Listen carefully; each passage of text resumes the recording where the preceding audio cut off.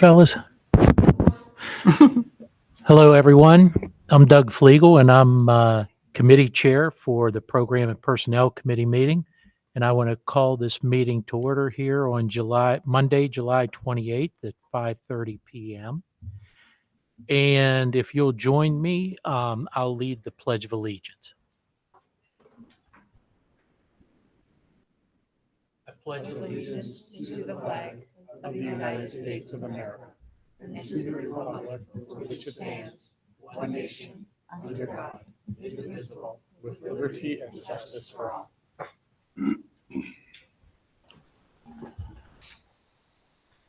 Thank you. We have a relatively light agenda, which I'll review. We are going to give the opportunity for public comment, followed by discussion items, board policies for a second reading, board policies for review and monitoring, board policies for a first reading, a resolution to regulate expense reimbursement for board policies. Then we'll go into ED and RED membership. Also review employment of employees, future agenda items, and then adjournment. Let's go back up to the top of the agenda, and I invite anyone present for public comment with a 3-minute time limit. Do we have anyone who would like to offer? Okay. So we will move ahead with our discussion items. And the first item for discussion is board policies, second reading. And Brian Kelly is going to help me with an explanation of updated board policies as recommended by press. Brian? Yeah, so this is our second reading. We had these at the June board meeting. And then our recommendation is the board's now had a couple meetings to review it and to adopt it at the board meeting here at 7 p.m. tonight. Okay. I have a quick comment. Jim? It doesn't impact the text of these documents, but in a number of cases, I was going through the links. The press has links to different things, and I think it's primarily because the website's shifting over and whatnot. And there's some links in some of those that don't work. Yeah. So like the acceptable use of district electronic networks and a few other links are linked to the old one. When we go, Carol and I will make sure those don't need to come back to the board. Right. We'll make sure all of those links are active. Yeah, that's what I say. Yeah. The text and everything is fine. The actual policy itself is fine. It's just by convenience they add the ability to put links in there and just so that we make sure that those are updated as the new board, the new website comes online. Any other questions or comments? If not, we'll move to the next item on the agenda, and that is board policies for review and monitoring. And according to policy 2-240, board policy development, the board will periodically review its policies for relevance, monitor its policies for effectiveness, and consider whether any modifications are required. Again, Brian, do you want to support me in this? Yeah. So again, this is just an opportunity for the board to, review some of the board policies that may not be coming up for any change or a new adoption or anything like that. And press will throw these in periodically throughout the year so that board members get educated on our board policies. Thank you. Any questions, comments? Just for the newer board members, I think we've discussed this before, but this is just a routine thing that we began doing a number of years ago. There's no test. We don't challenge you to ask you if you've read all these, but it just gives us an opportunity to take a look at, in this case, a dozen and a half or so policies on a periodic basis. And if you see something, then, we can make an adjustment at that point in time. So. Thank you, Jim. The next item on the agenda is board policies listed for a first reading. And again, these are updated as recommended by press. And you'll see in this batch that there are some that are just in a 5-year review. So they'll periodically go through, if there weren't any legal updates from the state of Illinois, they go through and just make sure that they're up to date. Sometimes just it's a very simple language change or anything like that. But so there's not a big batch. There will be another group coming in the fall for updates. So there's usually 3 to 4 updates a year. Any questions or comments? From a procedural standpoint, the first two we will take a vote on for adoption, second reading and adoption later. This one we'll just take a vote for the first reading, or Yeah, there won't be a vote on the yeah, I guess first we don't reading need at this the meeting. vote. Yep. It's just a recognition of the first reading. Yep. Okay. Okay, we'll move forward with the next agenda item, and that is a resolution to regulate expense reimbursements for board policies, board member compensation expenses. And this is an annual resolution as required by board policy. Is there anything you would like to add regarding this matter, Brian? So this is the annual resolution. Again, Board of Education members, they do provide volunteer service to the community, and you cannot receive compensation for services, but you can be reimbursed for your expenses. And so this resolution each year just regulates what you will be reimbursed for. Okay. Questions or comments regarding this matter? Moving right along, we will now move forward with Ed Red membership. Ed Red is an advocacy organization that monitors and influences education policy at the Illinois State House.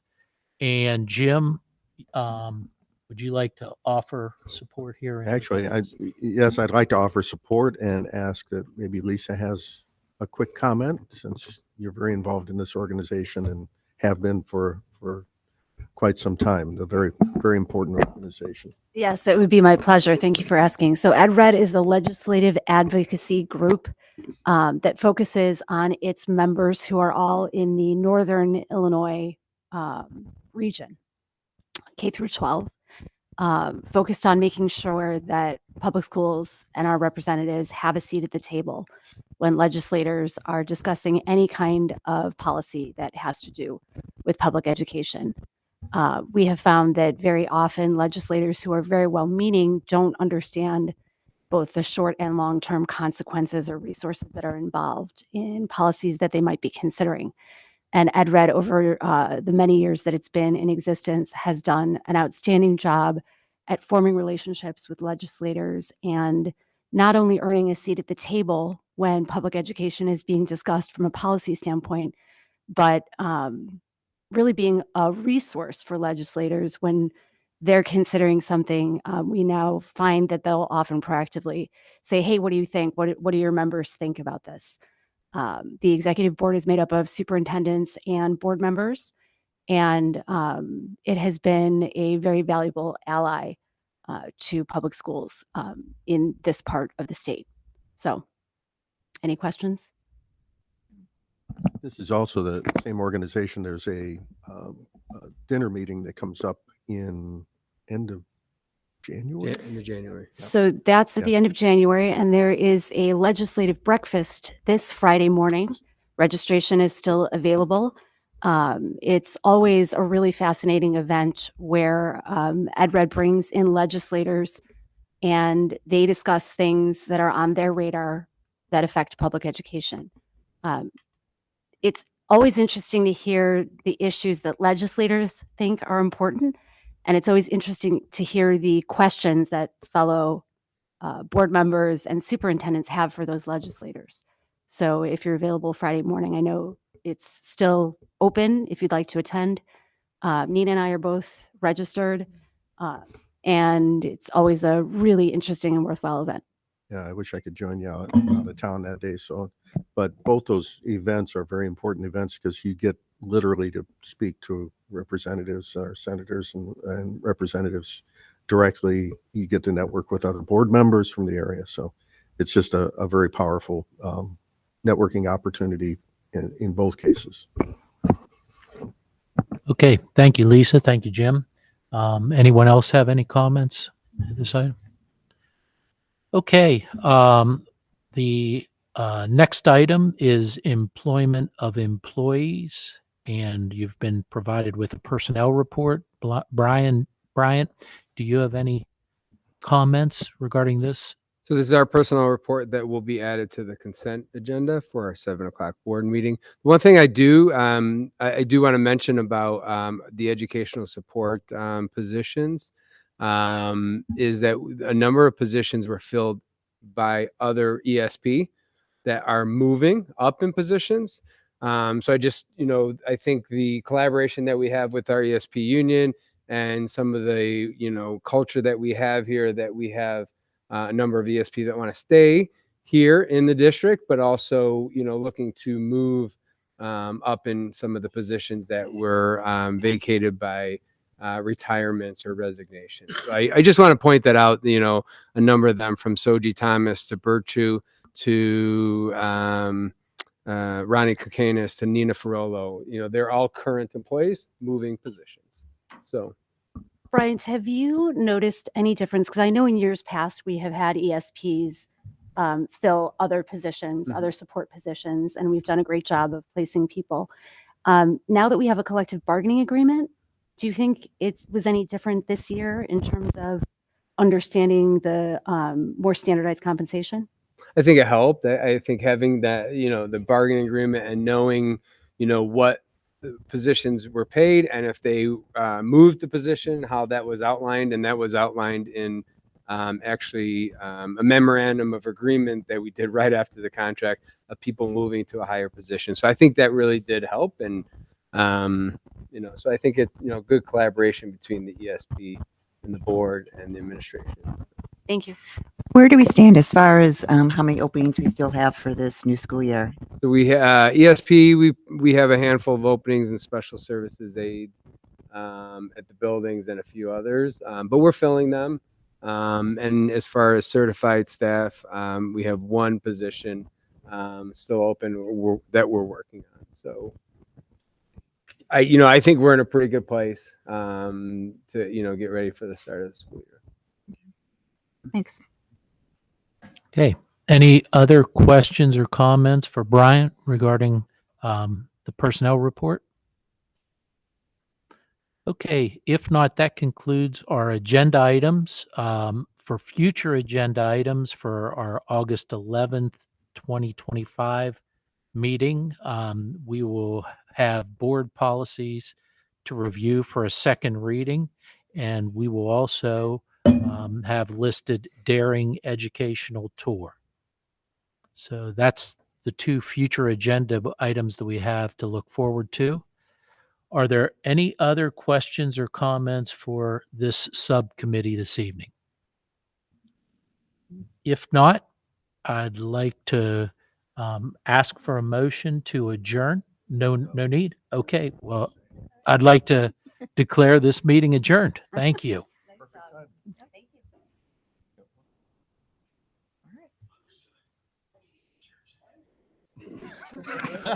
There you go. Wow. I even have Siri listening to me. Siri's always listening.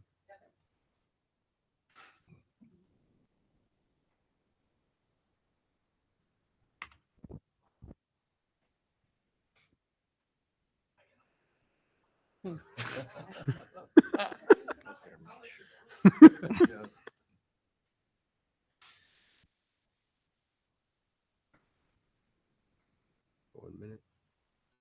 How I go? Okay.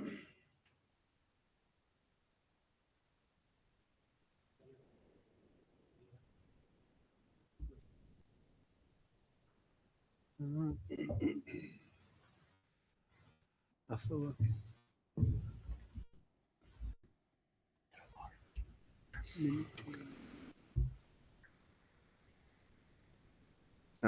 Vacation. Okay, you ready? Okay. All right.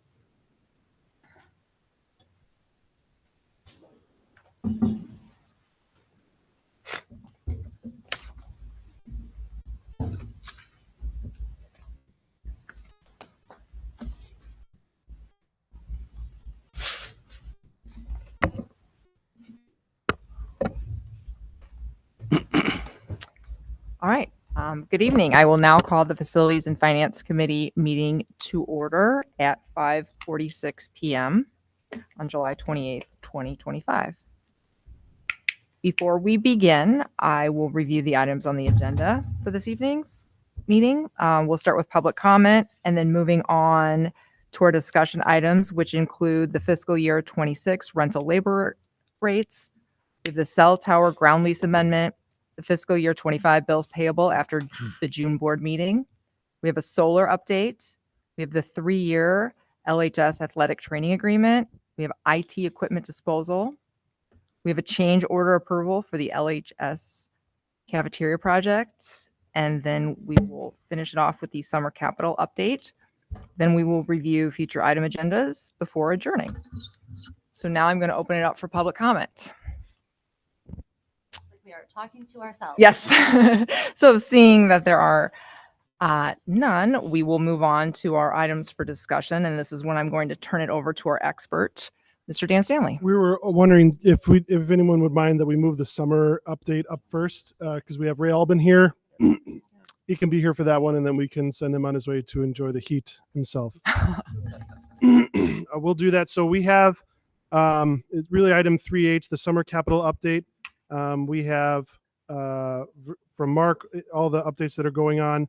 So we're happy to answer questions about that. But I know one of the questions was about the delay in the substantial completion, basically, of the LHS cafeteria project and what the alternative plans are for lunch service and that. So we've got Ray and Mark here, and I'll turn it over to Ray.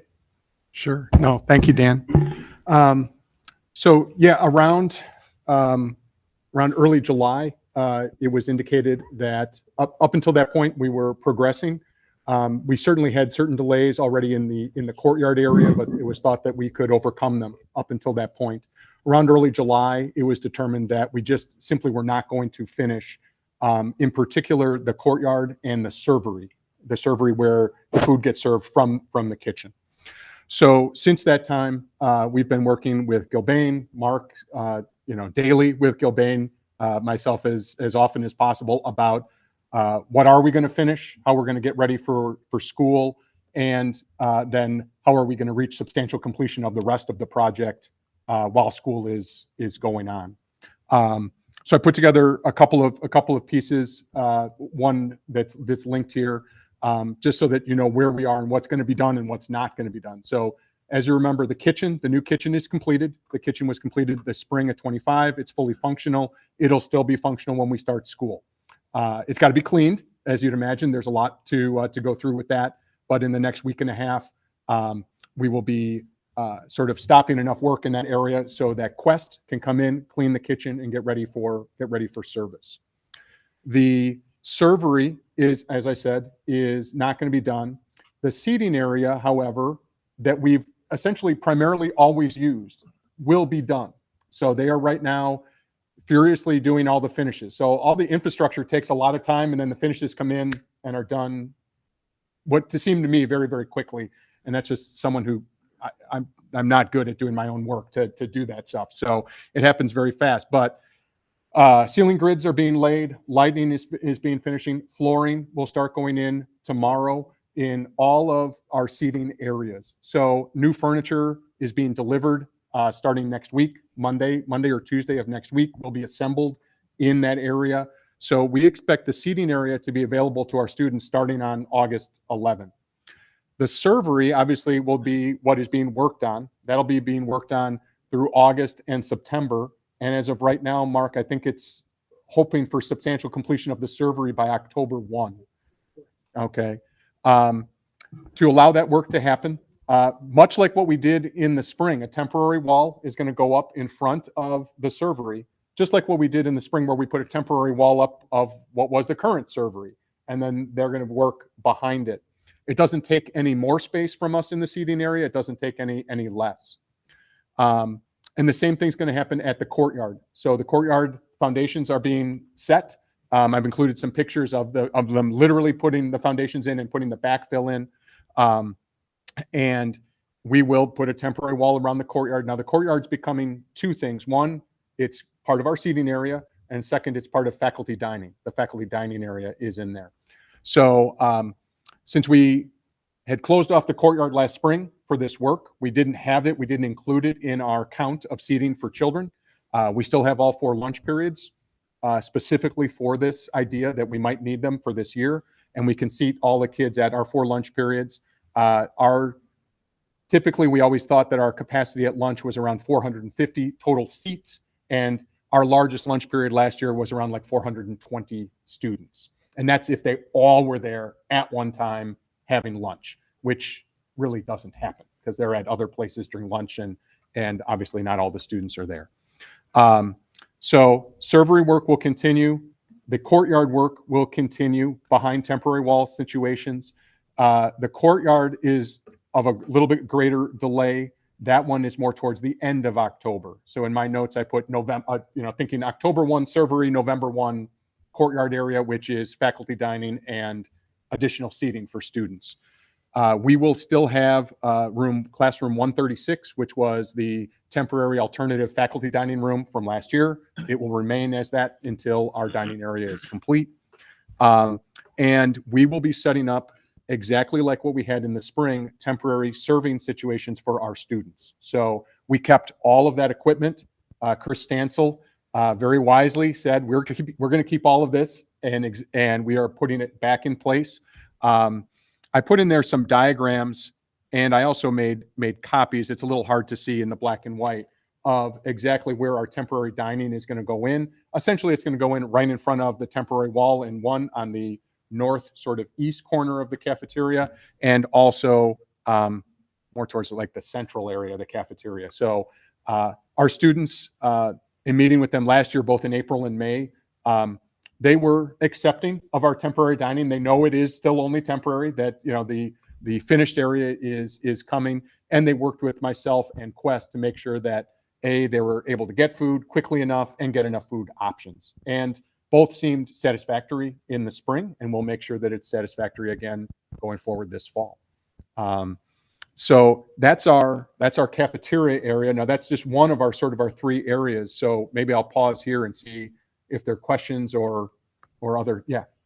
So I guess I'm interested to hear, it sounds like there's evidence of really good communication with students back in the spring. Mm-hmm. How are students and families being informed of the plan starting August 11th? So that'll be part of my communication back as we start school in terms of where are we with the cafeteria and just our overall eating situation. Since obviously our hope and intent was to have it all done, so we would have been just touting the finish of it. This will be more informing them of the newer timelines for completion, as well as really, other than our freshmen not knowing whatever the food situation was, for our upperclassmen, just reminding them we're returning to that same situation we had in the spring. Same serving situation, literally down to the same lines. It's just a physical change of location within the cafeteria itself. Yeah. When will that communication take place?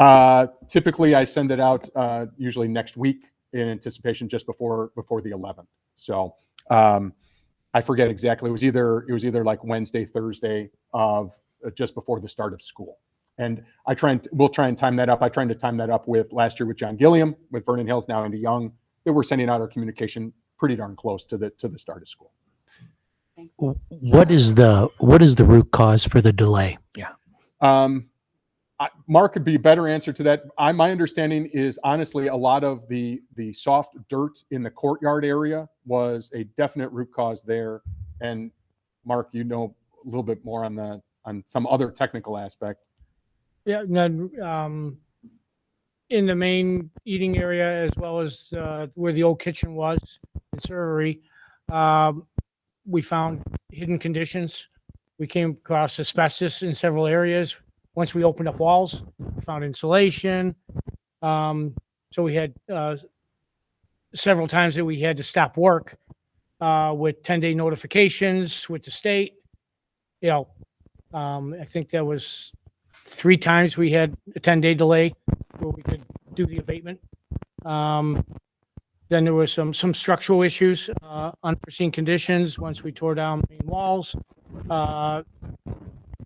variance in the steel and stuff that was buried in the walls. So we had to make some adjustments. Some additional shoring had to be done for steel to be put in. So several factors have gone into it. And the courtyard itself is bad soils out in the courtyard. Just to add on a little bit. So if you're not familiar, when you discover asbestos, there's a process through the state. You can't just get rid of it. You have to let people know you're going to get rid of it. It's a whole thing. So when you discover asbestos that you weren't counting on, it basically is a 2-week halt. And a lot of times before you can do anything about that asbestos. And then therefore anything you were planning to do once you took that asbestos out gets delayed too. And you have to go figure out other things to work on. That's part of it. The second part definitely is the unsuitable soils, not only in the courtyard, but even in the building. So there's additional steel that needs to get put in so the server can have a wide open area. When they were trying to put that in, the stuff below was not suitable as well. So they had to re-engineer that as well. All of those things are in a category that we call unforeseen. You don't know until you actually get in there and actually try to do the work. And so is that a fair? That's Thank you. fair statement, yes. Any other questions on just the cafeteria area? Obviously, that's one of our largest area project, but we have 2 other areas that I can update you on. Anything on the cafeteria? No. So the next one would be our stacked bathrooms. These are by classrooms. It's the 132, 232 area. It would be near the sort of the south, I guess, central southeast aspect of our building. It was a stacked bathroom, male, female on both floors. Those are being redone. Those will both be open for August 11th. So the tiling is taking place. Fixtures are being put in. We need the ceiling grid and lighting, and then the stalls to happen. Now, those bathrooms will match what happened the summer previously, which was the bathroom renovation by the cafeteria, down to the same tile. We really have sort of hit on, I think, a winning formula for how to redo the bathrooms. We like the tiling that goes in. The students expressed they liked the situation, the stall situations that were created, and so we are just repeating it. And so those will be ready to go when students are arriving on August 11th. And then the last major aspect of work, aside from just an overall cleaning of the building, which is ongoing, is some HVAC work that's proceeding in classrooms 253 to 261. This is a reinstall of univents and update of univents in these classrooms. Some of it was necessitated by the cafeteria work, and some of it was these are univents that are past their normal existence of life, and it was time, if we're going to replace some, we're going to try and replace as others that go along with the logical scope of the project. The univents are now successfully installed. They need some venting, some last aspect of venting to go in to sort of complete it. And then the rest is really cosmetic to the room. So if you looked in these classrooms previously, it was a univent, and on either side of it, it was in essence like almost like a shelf. Would you describe what would you describe it as, Mark? Just a wall with a cap on it. Yeah. Just a box to hide the pipes. Yeah. And so we are now updating that. We have bookcases, measured bookcases coming in. Those will be on either side now of the univents as the finishing touches for those. Of course, the timing of when we're getting those in, when school starts. So they are supposed to be delivered as of when Mark and I both checked today, sometime the week of August 4th. When they're coming that week, and will we have them fully installed by August 11th, or are they coming and being installed shortly thereafter? That's a question we're still trying to figure out. So the univents and HVAC will be operative and working. The final completion of the rooms might have to take place a little bit outside of that time frame, but they're supposed to be coming soon, so we will be able to just install those. They're fully measured and constructed. So it's just a matter of putting them in place. Those rooms need to get well cleaned as well. So we're working with Mark, Gilbane, and HES and our own B&G to time out when they can finish the events. We can get in the rooms, clean them as well as possible for the start of school, and then, of course, do the finishing touches, like I said, with the bookcases. So those are the other two main aspects of project going on at LHS. Any questions on either of those? I have my question's unrelated to those, so I just really want to commend the leadership of Principal Albin. In addition to launching the school year and getting everything ready with hiring and curriculum and all those other pieces, he's really managing quite a bit. I toured the building with him, hard hat and all, and had opportunities to see firsthand not only the work that's progressing, but really working closely and in tandem with Mark and staff. But Ray's doing a great job, so we appreciate that.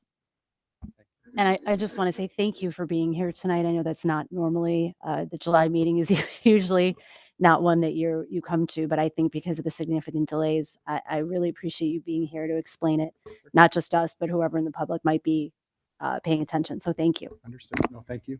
yes, and I appreciate the additional pictures that were provided. So thank you for that. I just had a quick question about the status of the LHS pool.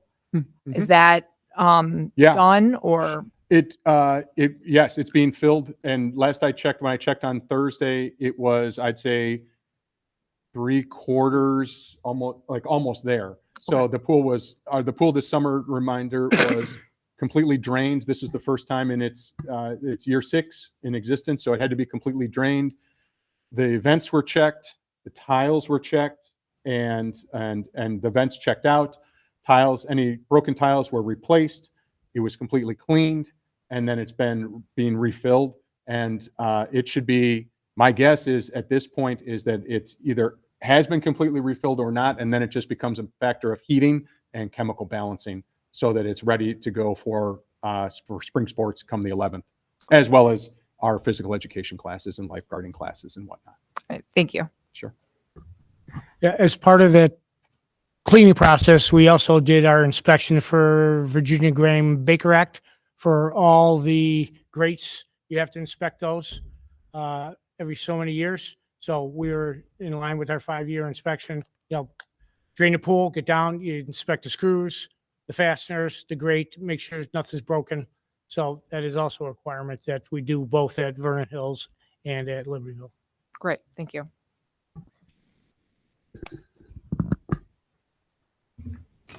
I'd say lastly, just in case it's hard to see, this is a blow up of the one picture. This is our cafeteria, the plans. The yellow on this represents where we're going to have the temporary food lines. And you can also see the temporary walls in. It's just a blow up of one of the pictures that I've included. I'll just pass it around. You can take a look.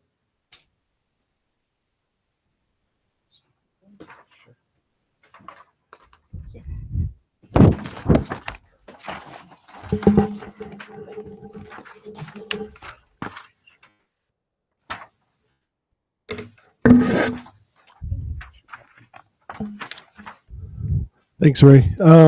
And so that was on the LHS side. We have the summer capital, which has district-wide things. So at this point, I would just ask you, are there any questions on the other summer projects that are going on? Mark's got the update there on the status of all of those projects as well.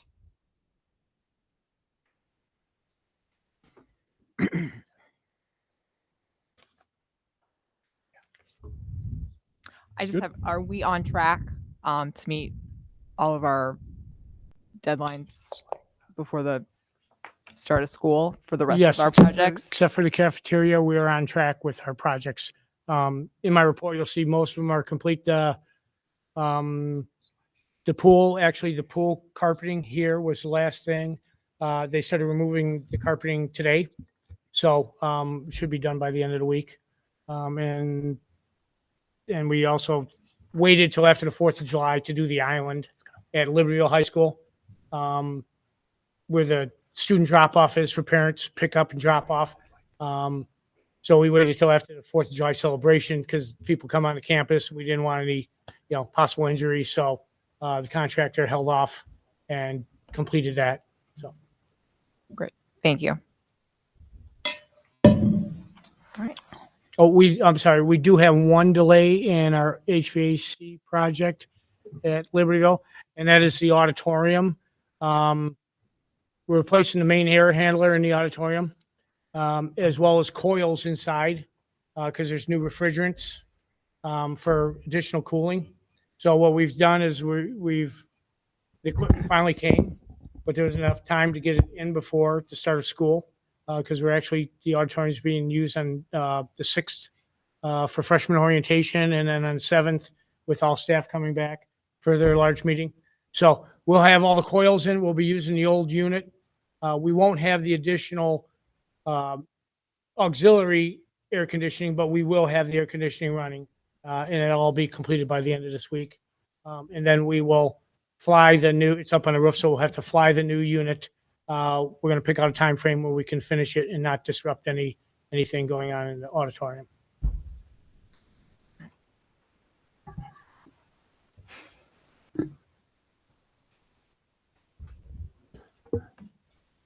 Right. Good. Want to go back to the top? Yeah. It's up to you. So the first one is rental labor rates. So we've got those included. Those are rates that we update every year based on people who rent our facilities when they're utilizing staff, the rates that we charge them. And so we have those updated, included for you. That'll be for approval at the board meeting.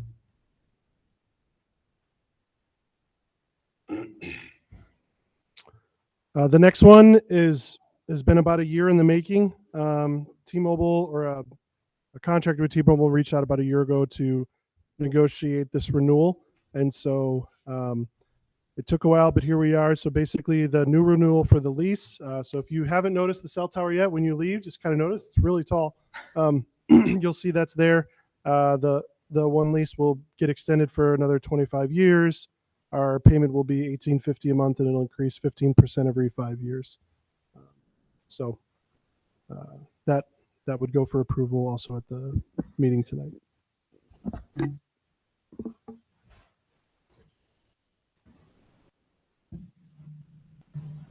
Questions? Just to clarify for anybody that is not present, that is income. It is by the state of Illinois, any contract designed to generate more than $1,000 in revenue has to be approved by the board. And so this has to be approved by the board. It's a long-term agreement. And yeah, it's revenue. It's a smaller line on our revenue budget, but it's still valuable revenue that we would like to continue.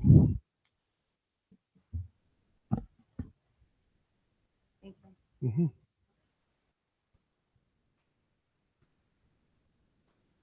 Go to the next one. This is the bills payable for FY25. So after the June board meeting, we had more bills to pay that fall into the FY25, and so we've got the list of them there. The BMO is a big one that kind of hits on different times, but you can see there's the list there with descriptions on the various checks that were done since the June meeting, but tagged to fiscal year 25. That'll also be on the consent agenda for our 6 o'clock meeting. Any questions? The next one is solar update. This is exciting. Actually, Mark and I were really, really close. We had generated an RFP that we were ready to kind of release, and then we started talking about, like, who do we send this to? And we didn't know a lot of people to send it to. And then we heard about a district that had used this company, Nania, to basically facilitate the process. And one of the things we were struggling with is we had talked to a lot of people, but everyone has skin in the game at some level when we're talking about how to do how to look at adding solar to the roofs that are available to us. And we were presented with this company, Nania, who does a lot of different energy things, but one of them that feels relatively new, or I haven't heard of much, is they will help facilitate an RFP process for solar. And they're not a provider for it. They just run the process for you and help you with the design, help you with the process, help you connect you with a really high quality contractor and a long-term partner. And so we're excited about this. We did some reference checks, seemed great. We had a meeting with them last week to talk more about the feasibility of a project with us, and everything seems really exciting that we would like to move forward with this. So it's one of those things that we'll move forward with the process through the RFP, and what would actually come to the board is that a proposal to approve with a selected vendor. So there's not anything really to approve right now. It's more about, if you have any objections, we'll move forward with NNEA, knowing that if somehow we go through the process and do not select a contractor, that there is a breakup fee of $10,000 that NNEA would charge to us, rather than the way they would be paid with a vendor is that would be included in the price for the vendor, that they have to make a payment to NNEA, which that cost gets passed on to us, but that's part of the proposal that gets submitted, what the board would approve. And what locations are you looking at for solar? Both schools, or? We're looking at both schools, but there is very little space available at Libertyville High School due to the nature of some of their roofs and the age of a lot of their roofs. There are only really 2 small roof spaces that are there.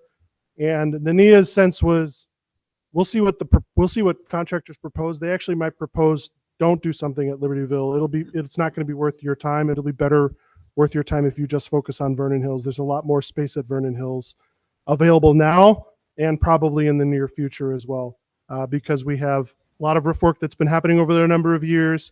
And then we have this massive roof that covers the gyms and the field house that is going to need to get replaced in the next couple of years too. And that's a really, really significant amount of space that could also be potentially utilized for solar, as long as it's designed with that in mind. Thank you. I have a question. Mhm. So again, based on that contingency, it appears that if we move forward with NANIA, the $10,000 is a payment, because what I'm trying to understand here is, at what point does this contingency not kick in? Yeah, it's really, if you select a bidder, depending on the financing structure, which we're looking at a PPA, which is basically we're agreeing to buy electricity for a particular amount. Right. They add it, basically whatever $1 we're paying for the electricity, they add on a little bit more to that, and then that has to get paid by the contractor to NNEA upfront. So we don't pay, we just pay the same rate throughout the life of the PPA. And I get that part. What I was trying to understand here is the contingency part, that once we move forward and continue with this process of requesting the proposals and getting a bid, basically we are locked in a way. We are, once we move forward with NNEA, then yes, either they will get paid through, we've accepted a contract, and they'll certainly get paid probably more than $10,000. Sure. And then if we decide to not move forward with a provider, that we would pay the cancellation fee of $10,000. So basically, the minute we request the proposals, meaning we'll have to either accept something or say that we are not going forward. Yeah, I don't know that it's necessarily the minute we Yeah, accept okay, that's all I proposals, but once we agree to engage with them, it's very similar to what we've experienced before. Is we've looked at some projects, capital projects, and we've had some design on them, and then we end up not moving forward because of cost or whatever. There's still design costs that are involved with that. That's kind of what this would be. But it's not nearly the level of architectural design. But there's a cost for them to do the work. And so the idea is, if we're going to do all this work and then end up you not moving forward with the project, they would like to be offset some of the costs of that. Absolutely. And that's where I would just suggest that maybe there should be some kind of a pause that you put in between that request of proposal, where we are tied into this phase where you're still trying to understand the whole project and how it might work out, the potential costs and stuff, so that you have a pause where you can say, no, we are either going forward or we are not going forward. And then you go on to the next step. Yeah, what I would say is this is the pause then. So we've been done a lot of work up to this point to get an idea of what we were looking to do. NNEA took all of our data and did a feasibility study and really came up with the same solution we did, of recommending a PPA, very similar size solar system is what they call it, than what we were thinking. And so they affirmed a lot of kind of what we were doing. So really this is the point of either we're going to move forward with them or not. And we would recommend to move forward with them. This seems very positive. We talked to a couple districts that have lived through this with very positive experiences as well. Thank you. Mhm.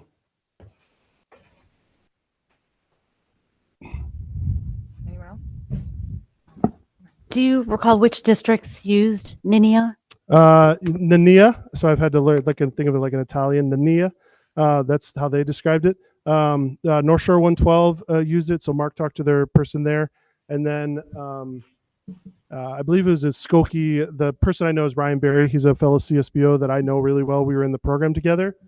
They used him. And so he was the other reference check, and he's used them a couple times. And it's really helpful to know like what they do and what they don't do. Like they're not the contractor. They're not there to make sure the contractor, they're there to help you find the solution you're looking for and set you up with a really good relationship with the contractor. So meaning NANIA is not like a long-term relationship. It's a short-term relationship to get you what you want, and then they will leave. And then now you have a partner with the contractor is the idea.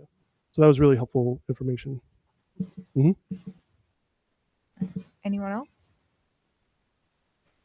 All right, we can move on to item E.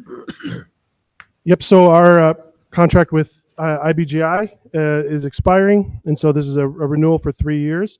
It's a pretty steep increase. I don't want to not notice that. At the same time, it still feels fairly competitive if you've tried to hire the position yourself still.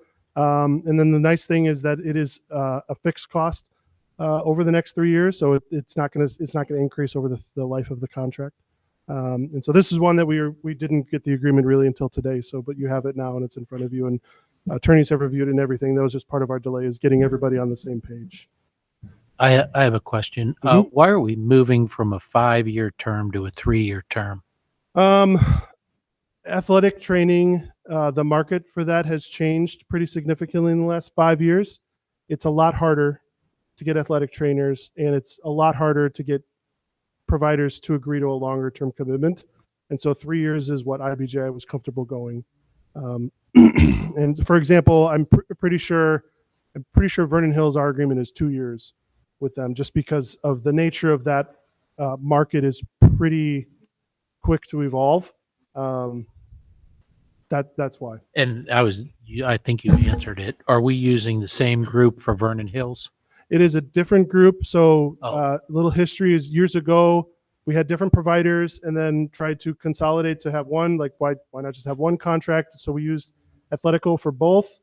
And that was difficult to maintain because it wasn't necessarily about the company as much as it is about the actual trainers that are there. And the trainers that were Vernon Hills were very successful. Libertyville had difficulty with their trainers and were looking for a different solution. So we ended up agreeing to RFP that out and find a different provider. And IBGI was the one that selected, and it seems to have worked really well over the last 5 years for athletic training. And then on the Vernon Hill side, they've been very happy and successful with Athletico as well. Thank you. I just want to disclose that my daughter-in-law works for Illinois Bone and Joint, so I probably won't be voting on that. When it comes to a vote for that approval, I didn't hear what you said. I said I have a daughter-in-law who works for Illinois Bone and Joint, so I just wanted to recuse myself from a vote for that. It's not personal. I won't take it personally. Okay, thank you. All right. Anyone else have any questions or comments? All right, moving on. Item F. Disposal. So IT does a disposal periodically throughout the year. And so they have a link to a list of all of their items. There's a lot of things to dispose. One of the things that I was asked, it'd be helpful to probably talk a little bit about is the actual process for their disposal. So there's a company called Digital Red, which is what is used by our technology department to dispose of technology equipment. And it's a company that was, I believe, started by tech people trying to find a better solution for tech disposals. Because the idea was, no one really likes the idea of taking all the technology and just putting it into a landfill. And so trying to find a good solution that will responsibly dispose of the tech stuff, reuse as much as possible, and avoid putting it in landfills. And so Digital Red was founded on those principles. And so they have a very, very strong zero landfill policy. They work very, very hard to do all of the nitty gritty work to take care of the technology to disposals responsibly. And so that's the company we've used for several years now, and it's worked out really well from our lens. All right. Any questions, comments? All right. Item G. So this is a change order by Gilbane. So part of the delay in the project is that Gilbane is not wrapping up as soon as they thought we would, as soon as everybody thought they would. And so they presented a change order for us for additional time for Gilbane. The change order is $150,398. And so that is at a level that's beyond what I or anybody in the district can approve. The board has to approve a change order of this size. To give you context, though, even including this change order with other changes that are happening, we still have about $200,000 left in our contingency as of right now.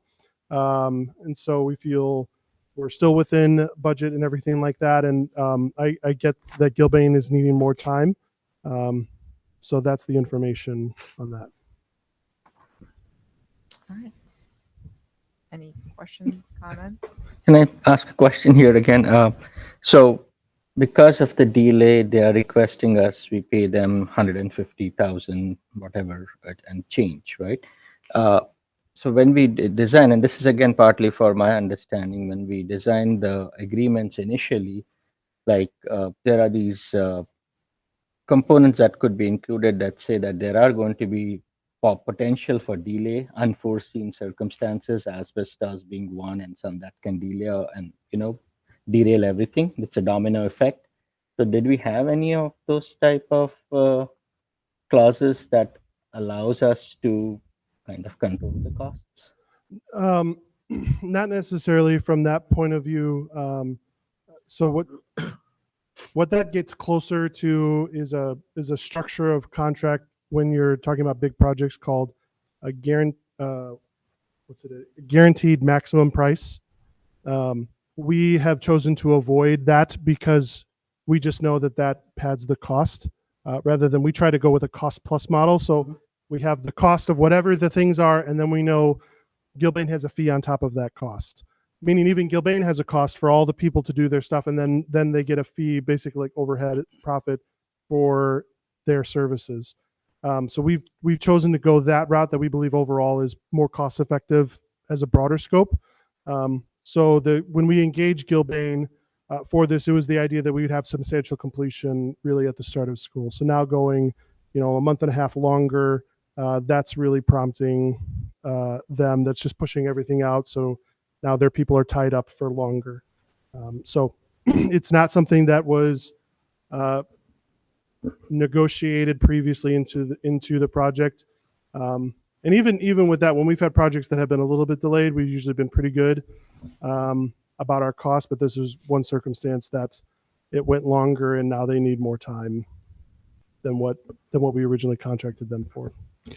There is in the planning, though, in the budget, contingency funding for unforeseen items, and this would be considered an unforeseen extension of the length of time it takes to do the project, which means people have to be here to work. Yes, this is the impact of one of the unforeseen things that we've talked about. The impact is Gilbane has to be here longer. Yeah. Thank you. Anyone else? All right. Thank you, Dan. The following items will be on the August Facility and Finance Committee agenda. The Summer Capital Projects Update, Fiscal Year 2025 Budget Performance, and then we have the Fiscal Year 2025 Disposal Report. Is there anything that anyone would like to add? No? All right. Well, with no further business to discuss, I adjourn the meeting at 6:24 p.m. You would need a break, or should we right into the? What time does it say on the schedule? 6. Bumped it up to 6 so that we could go right into Yep. it if necessary. So Well done. everyone okay? Onward. All right. We okay for the official meeting? Okay. Carol, let me know when you're ready.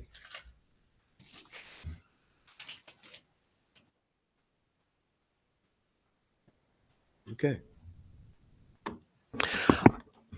I'd like to call the regular Board of Education meeting to order for July 28th.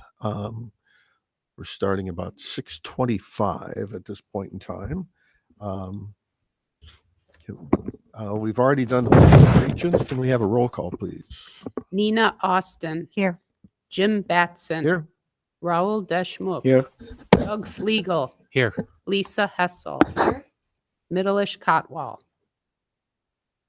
Wes Poland. Here. Okay, do a quick review of the agenda. There's some communication items. We don't have any student recognition tonight. It's just a placeholder on here. So we'll have an invitation for public comment.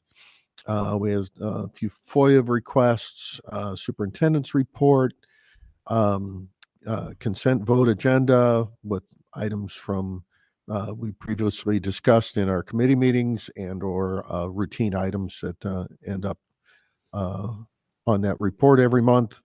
We have action items. We have some board policies for second reading and adoption.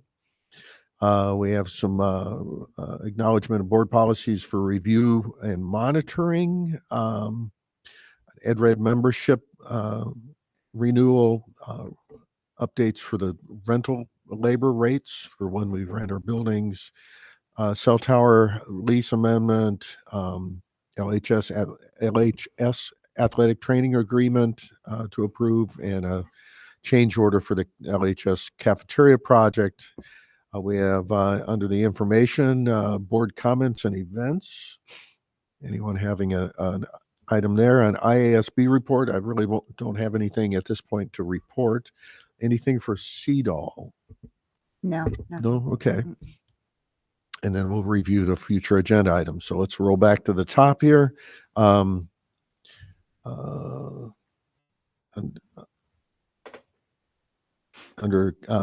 communication, invitation for public comment. Seems like we don't have any public here, so we'll move on. FOIA requests. You'll note the list of FOIA requests here presented. There's 2 here, so we don't need to do anything with those. We have a superintendent report. You have some items? Well, good evening, Board of Education. I'm excited to provide my first superintendent report, and it's really exciting to be here. I've been in the district now just under 3 weeks, but we're off to just a phenomenal start. So it's been great. The last several weeks have been marked with a number of leadership meetings. We have some upcoming retreats. Looking forward to our Board of Education retreat on Wednesday. And then we start with the slow crescendo of adding staff as they return back from their summer breaks. We'll have an administration meeting that includes our department chairs. That'll take place on Thursday. We'll welcome then back new staff to the district, and then we'll conclude with our returning staff. So all this in anticipation of our students arriving on August 11th. So we're very, very excited about that. So just a couple of things to report from our good news report. Libertyville's very own Kenzie Hughes will compete on tonight's episode of American Ninja Warrior. This episode is also her hometown visit and will feature glimpses of Libertyville High School. The show airs on NBC at 7 p.m. I feel like I'm doing commercial, but 7 p.m. tonight on NBC, and will be available to stream on Peacock tomorrow. Good luck to Kenzie. And 21 portraits created by students in Allison Malloy's second semester drawing and painting studio at Vernon Hills High School were recently delivered to children in Malawi, Africa, through the Memory Project. These children, many of whom have faced significant hardships in one of the world's most economically challenged countries, were deeply moved to receive these personal gifts.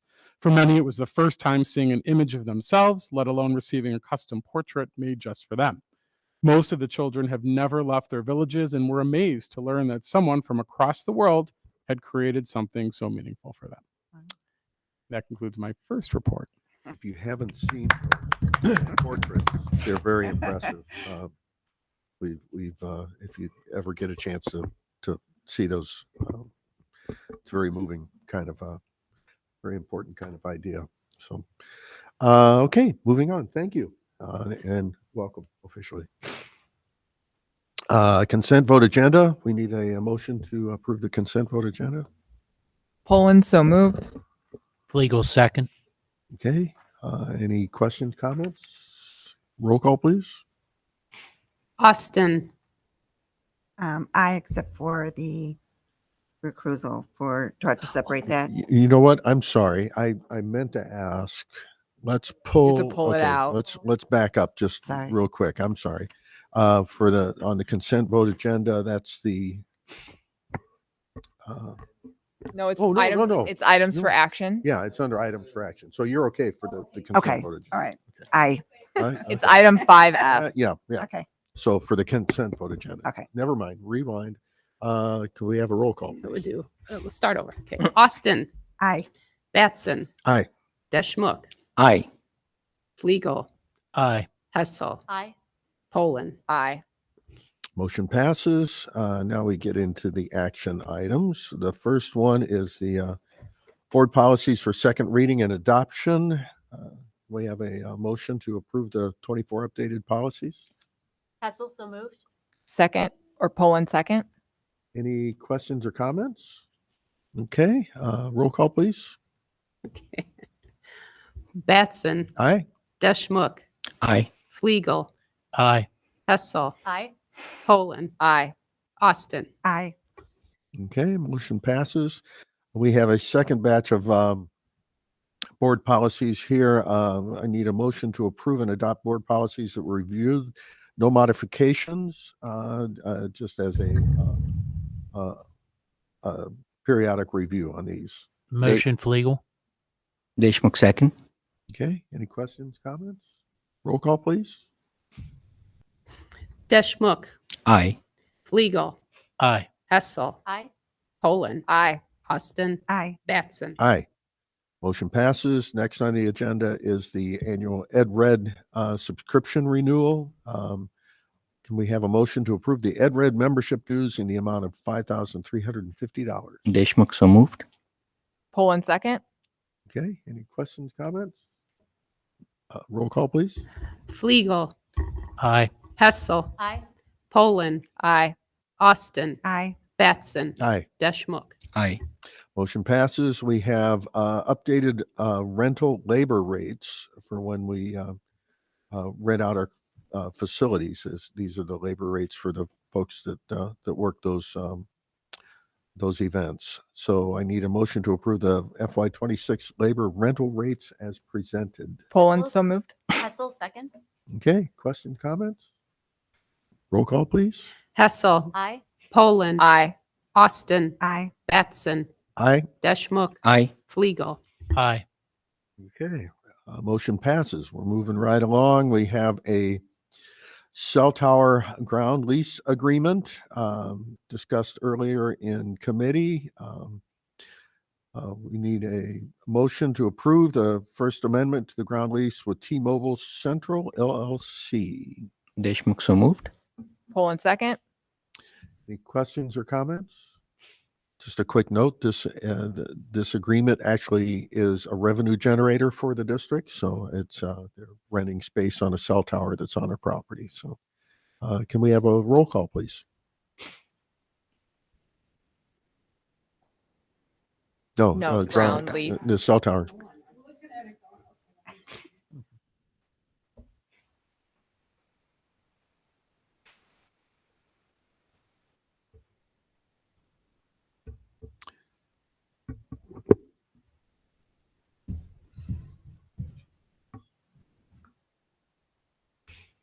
That's all right. Take your time. Just for anybody watching this, we've just moved to a completely new board documentation system. So we're all learning this as we go.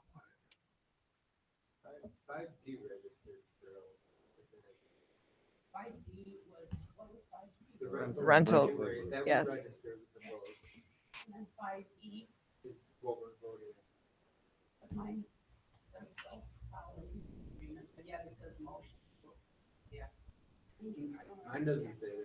Yeah, mine says okay.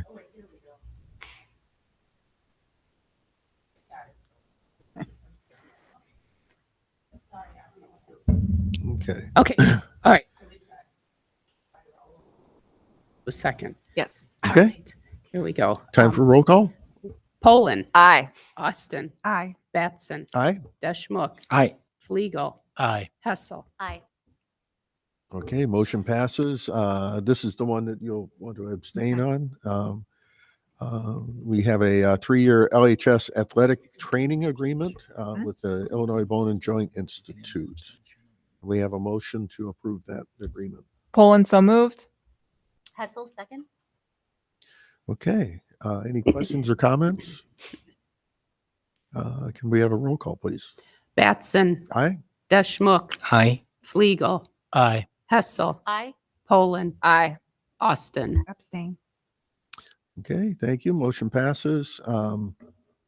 Next up is a motion to approve a change order, ATP-0004 for the LHS cafeteria project with Gilbane for $150,398. Hessel, so moved. Poland second. Any questions or comments? Again, this was discussed earlier in committee, so can we have a roll call, please? Austin. Aye. Batson. Aye. Deschmok. Aye. Fliegel. Aye. Hessel. Aye. Poland. Aye. Okay, motion passes. We're moving right along. Board comments and events. Just a quick reminder of our event on Wednesday. If you need any additional information or anything on that, please let us know. Contact Carol or whatever, or me. Will that be a casual event? That's a good question. Shots allowed? May Be very comfortable. I suggest we be comfortable? Yes, absolutely. Okay. Yeah, I had to put on long pants for tonight. So. We're not going with the Hawaiian theme? No, not this first. We could go casual. Yeah. Okay. Anything else? Events, comments, or anything of things you've? We have different orientation that we're having, that we were invited to. Yeah, I'll remind you in your my weekly board update some of the events that you may want to attend as we welcome back staff. We'd Okay. love to have board members present, so we'll make sure that you're aware of those upcoming dates. Okay, great. Thank you. Okay, no IASB report, no CEDAW report. We got a couple of future agenda items. We have student school board reps joining us next month. They'll be taking the oath of office. We have some second reading for some additional board policies, educational tour requests that we're going to vote on, and a site-based expenditure reporting for next month. Any other items that we may be forgetting on the agenda or wish to add? Okay. We need a motion to adjourn. Hessel, so moved. Legal second. Okay, that was quick. All in favor? Aye. Triple.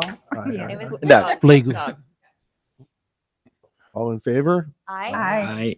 Any nays? No? Okay. Meeting adjourned.